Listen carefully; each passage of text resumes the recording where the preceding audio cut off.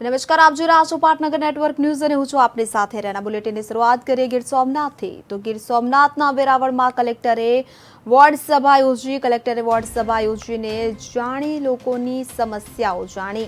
તો નાગરિકોએ સફાઈ સહિતના મુદ્દે રોષે ભરેલા લોકોની રજૂઆતો સાંભળી છે.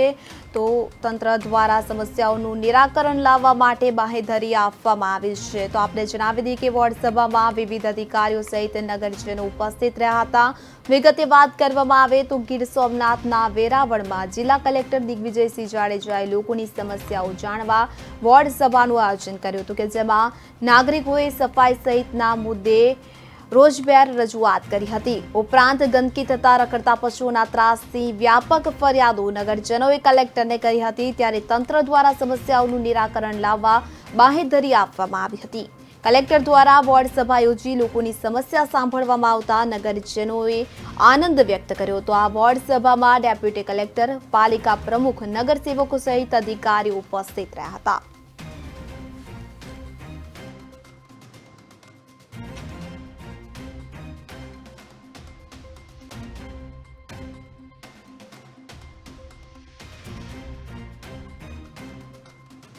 એટલે મારી જે એક સૂચન હતું કે દરેક વોર્ડમાં લોકોના પ્રશ્નો સાંભળીએ, ગ્રામ વિસ્તાર જો તેમ શહેર વિસ્તારનો સાંભળીએ.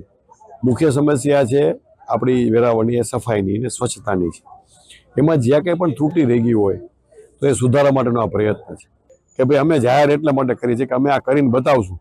એટલે કાલ સવારે લોકો જે કહીને ગયા હોય ને તો અમારા ઉપર પ્રેશર રહે કે ભાઈ હવે લોકો જ પકડે, ભાઈ તમે પોતે મોટે પડે કહીને ગયા હતા ને થયું તો નથી, પણ એવું નહીં થવા દઈએ. અમારા ભરોસો રાખો, પૂરું કરાવશું. બહુ મોટું કામ છે, ભગીરથ કાર્ય છે, પણ જેમ રાજા ભગીરથે કર્યું ને મમ્મી કરીને બતાવશું. રહેવાસી છું. સૌ પ્રથમવાર વેરાવળના ઇતિહાસમાં કે 2013 થી જિલ્લો કાર્યરત થયો ત્યારથી પ્રથમવાર જિલ્લા કલેક્ટર ખુદ આવી અને લોકોના પ્રશ્નો સાંભળ્યા છે. કારણ કે આ કાર્યવાહી છે તો ચીફ ઓફિસર નગરપાલિકા અને નગરપાલિકાના નગરસેવકની છે, પણ એ ક્યાંક ને ક્યાંક એ કાર્યવાહીમાં એની ઉણપ હોય એવી એમની પાસે ફરિયાદ આવતા ખુદ જિલ્લા કલેક્ટરે લોકોના પ્રશ્નો સાંભળ્યા છે.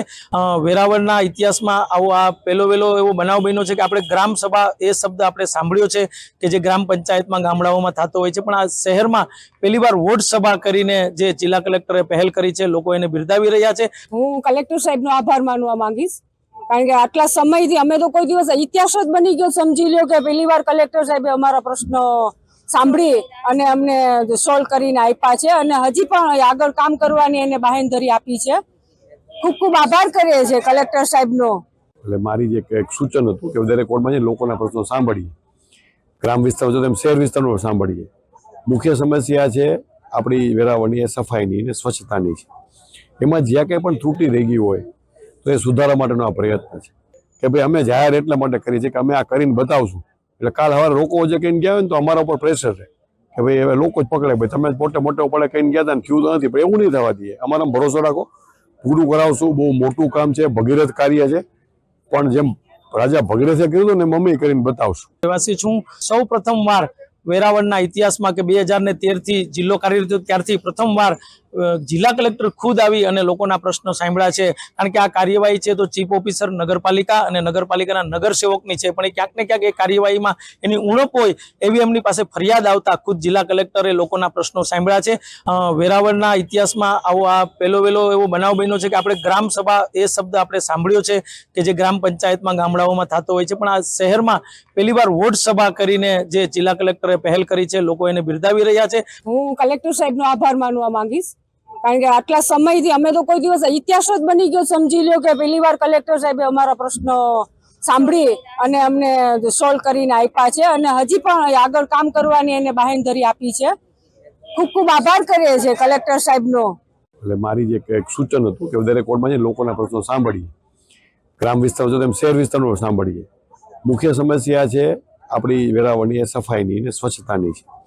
એમાં જ્યાં કંઈ પણ ત્રુટિ રહી ગઈ હોય તો એ સુધારા માટેનો આ પ્રયત્ન છે કે ભાઈ અમે જાહેર એટલા માટે કરીએ છીએ કે અમે આ કરીને બતાવશું.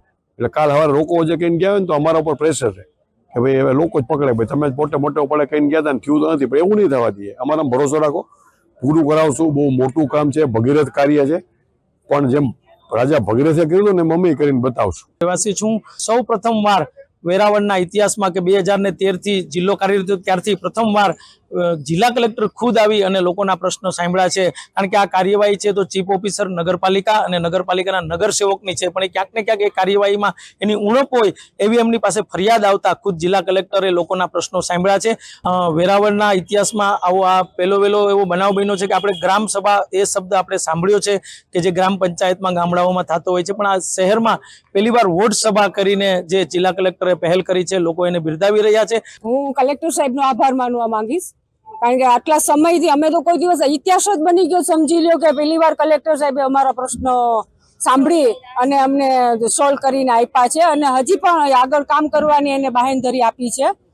ખૂબ ખૂબ આભાર કરીએ છીએ કલેક્ટર સાહેબનો.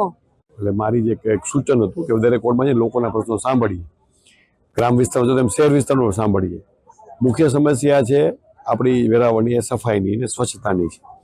એમાં જ્યાં કંઈ પણ ત્રુટિ રહી ગઈ હોય તો એ સુધારવા માટેનો આ પ્રયત્ન છે કે ભાઈ અમે જાહેર એટલા માટે કરીએ છીએ કે અમે આ કરીને બતાવશું, એટલે કાલ સવારે લોકો જે કહીને ગયા હોય ને તો અમારા ઉપર પ્રેશર રહે કે ભાઈ હવે લોકો જ પકડે, ભાઈ તમે પોતે મોટે પડે કહીને ગયા હતા ને થયું તો નથી, પણ એવું નહીં થવા દઈએ. અમારા ભરોસો રાખો, પૂરું કરાવશું. બહુ મોટું કામ છે, ભગીરથ કાર્ય છે, પણ જેમ રાજા ભગીરથે કર્યું હતું ને મમ્મી કરીને બતાવશું. રહેવાસી છું. સૌ પ્રથમ વાર વેરાવળના ઇતિહાસમાં કે 2013 થી જિલ્લો કાર્યરત થયો ત્યારથી પ્રથમવાર જિલ્લા કલેક્ટર ખુદ આવી અને લોકોના પ્રશ્નો સાંભળ્યા છે, કારણ કે આ કાર્યવાહી છે તો ચીફ ઓફિસર નગરપાલિકા અને નગરપાલિકાના નગરસેવકની છે, પણ એ ક્યાંક ને ક્યાંક એ કાર્યવાહીમાં એની ઉણપ હોય એવી એમની પાસે ફરિયાદ આવતા ખુદ જિલ્લા કલેક્ટરે લોકોના પ્રશ્નો સાંભળ્યા છે.